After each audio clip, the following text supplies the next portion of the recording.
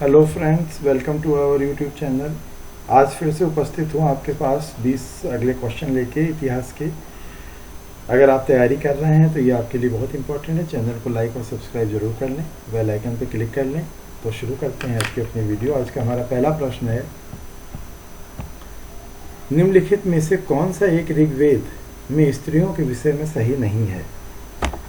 वे सभा की कार्रवाई में भाग लेती थी, बिल्कुल सही है। वे यज्ञ का अनुष्ठान करती थी, ये भी सही है। वे युद्धों में सक्रिय भाग लेती थी, उनका विवाह यौना आरंभ से पूर्व हो जाता था, ये गलत है, क्योंकि वैदिक काल में 16-17 साल की आयु में ही विवाह के प्रमाण मिलते हैं। अगला प्रश्न है, परवर्ती हड़प्पा कला वस्तुओं के साथ चित्रित धूसर मृदभांड मिला है, कहाँ से मिला है? इसका सही आंसर है रोपड़ से, ऑप्शन ए बिल्कुल सही है। जाति का लक्षण नहीं है, इनमें से कौन सा जाति का लक्षण नहीं है? तो अंतर्विवाह, श्रम विभाजन, साम्य, अनुवांशिकता, इन सब में अंतर्विवाह, श्रम विभाजन, अनुवांशिकता ये सारे जाति से संबंधित है। साम्य जाति से संबंधित नहीं है, ऑप्शन सी यहाँ पे बिल्कुल सही है। अगला है, वर्ण संकर की संकल्पना सबसे पहले कहाँ मिलती है?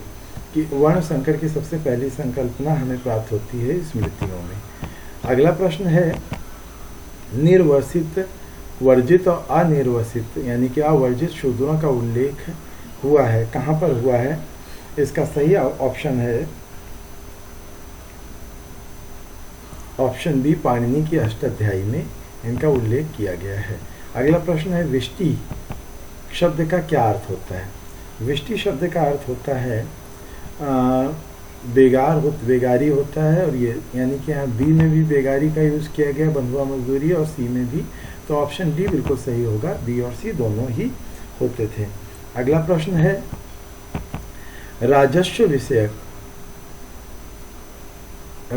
विषयक एवं प्रशासकीय रियायतों एवं सुविधाओं सहित ब्राह्मणों एवं बौद्ध भिक्षुओं को भूमि अनुदान प्रदान करने की प्रथा का प्रचलन किसने किया था सबसे पहले? तो ये प्रथा शुरू हुई थी सातवाहनों के समय में, ऑप्शन बी यहाँ पे बिल्कुल सही है। अगला प्रश्न देखते हैं। अगला प्रश्न है हमारा, भूमि अनुदान प्राप्त करने वाले व्यक्तियों संस्थाओं का सर्वाधिक महत्वपूर्ण विशेषाधिकार क्या था? तो यहाँ पे करारोपण का अधिकार, कर भुगतान से छूट, अनुदान में प्राप्त इनको कर भुगतान से छूट मिली हुई थी, ऑप्शन बी यहाँ पे बिल्कुल सही होगा। अगला है, अनुदान के रूप में भूमि प्रदान करने वाले लोगों को प्रशासनिक अधिकार प्रदान करने का सर्वाधिक महत्वपूर्ण परिणाम क्या हुआ? इस प्रश्न का सही उत्तर हम देखते हैं, दान में प्रदत्त ग्रामों की स्थिति अर्ध स्वतंत्र हो जाती थी, भूमि के औपनिवेशीकरण की गति तीव्र हो गई, इससे ग्रामीण क्षेत्रों पर राज्य का नियंत्रण शिथिल हो गया, इसमें राज्य और उसकी प्रजा के मध्य में मध्यस्थ का उदय हो गया। तो ऑप्शन सी यहाँ पे बिल्कुल सही होगा। प्राचीन भारत में जाति प्रथा के अतिरिक्त सामाजिक परिवर्तन से प्रभावित होने वाले दो अन्य महत्वपूर्ण स्थायी पक्ष क्या थे? तो नारियों की स्थिति और वैवाहिक संसार, खान पान और रीति रिवाज, सामाजिक नैतिकता और स्त्रियों की स्थिति, नगरीय जीवन और आमोद प्रमोद। तो यहाँ पे ए बिल्कुल सही है, नारियों की स्थिति और वैवाहिक संस्था। अगला प्रश्न देखते हैं 71, निम्नलिखित मानचित्र दिया हुआ मुगल साम्राज्य का सबसे बड़ा बंदरगाह वह था जो दिखाया गया है डी, सी, ए, बी, ये 4 जगह स्थान दिखाए गए हैं। हमें बताया ना है कि वो बंदरगाह कौन था, तो ये गुजरात के पास, गुजरात में था, और ये डी जहाँ पर होगा ये बिल्कुल सही है, ऑप्शन डी ही सही है। अगला प्रश्न है, बाबर के पूर्वजों का राज्य कौन सा था? यानी कि बाबर कहाँ से बिलोंग करते थे? ऑप्शन सी सही है, फरगना से बिलोंग करते थे। अगला प्रश्न है, तुझके बाबरी का फारसी में अनुवाद किसने किया था? तुझके बाबरी का फारसी में अनुवाद अब्दुल रहीम ने किया था, यहाँ पे ऑप्शन सी बिल्कुल सही होगा। सूची में है, रानी दुर्गावती, बाज बहादुर, मोहम्मद हाकिम, चांद सुल्ताना, मलिक अंबर, ये हमारे पास ऑप्शन दिए हुए हैं, और हमें बताना है इसमें से सही सुमेलित कौन से हैं। तो रानी दुर्गावती अकबर द्वारा पराजित मालवा शासिका, गलत है। बाज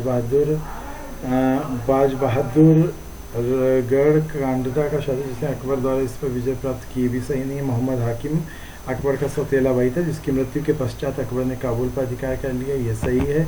चांद सुल्तान अकबर द्वारा आधे अहमदनगर पर अधिकार किए जाने से पहले इसे दृढ़ प्रतिरोध किया, सही है।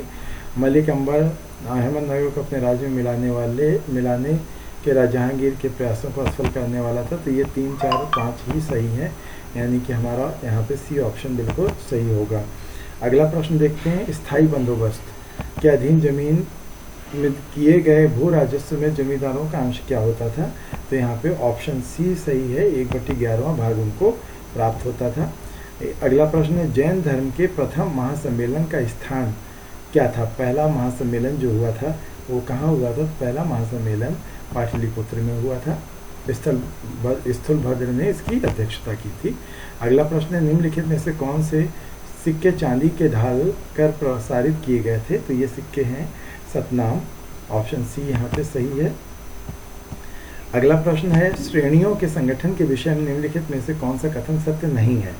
श्रेणी का एक प्रमुख होता था जो सामान्यतः ज्येष्ठक कहलाता था, सही है। ज्येष्ठक की सहायता के लिए वरिष्ठ सदस्यों की एक परिषद होती थी, ये भी सही। ज्येष्ठक का पद निर्वाचित होता था, ये सही नहीं है। श्रेणी सुसंगठित होती है, प्रत्येक श्रेणी का एक प्रत्येक चिन्ह होता था, ऑप्शन सी यहाँ पे सही नहीं है, तो यही आंसर सही होगा। अगला प्रश्न है, भारत के पश्चिमी तट पर कौन सी प्राचीनतम एवं विशालतम व्यापारिक केंद्र था जो पश्चिम एशिया के साथ होने वाले अधिकांश भारतीय व्यापार का संचालन करता था?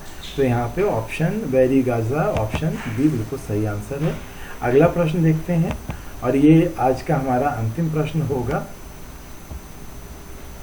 प्राचीन प्रश्न है, एक प्राचीन भारतीय राजवंश के शासकों ने उनके साम्राज्य में निवास करने वाले विभिन्न धर्मों के लोगों द्वारा पूजित 35 देवी देवताओं की आकृतियों को अपने सिक्के पर अंकित कराया था।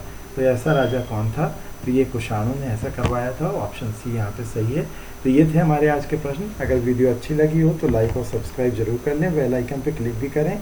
मिलते हैं अपनी अगली वीडियो में, तब तक के लिए नमस्कार।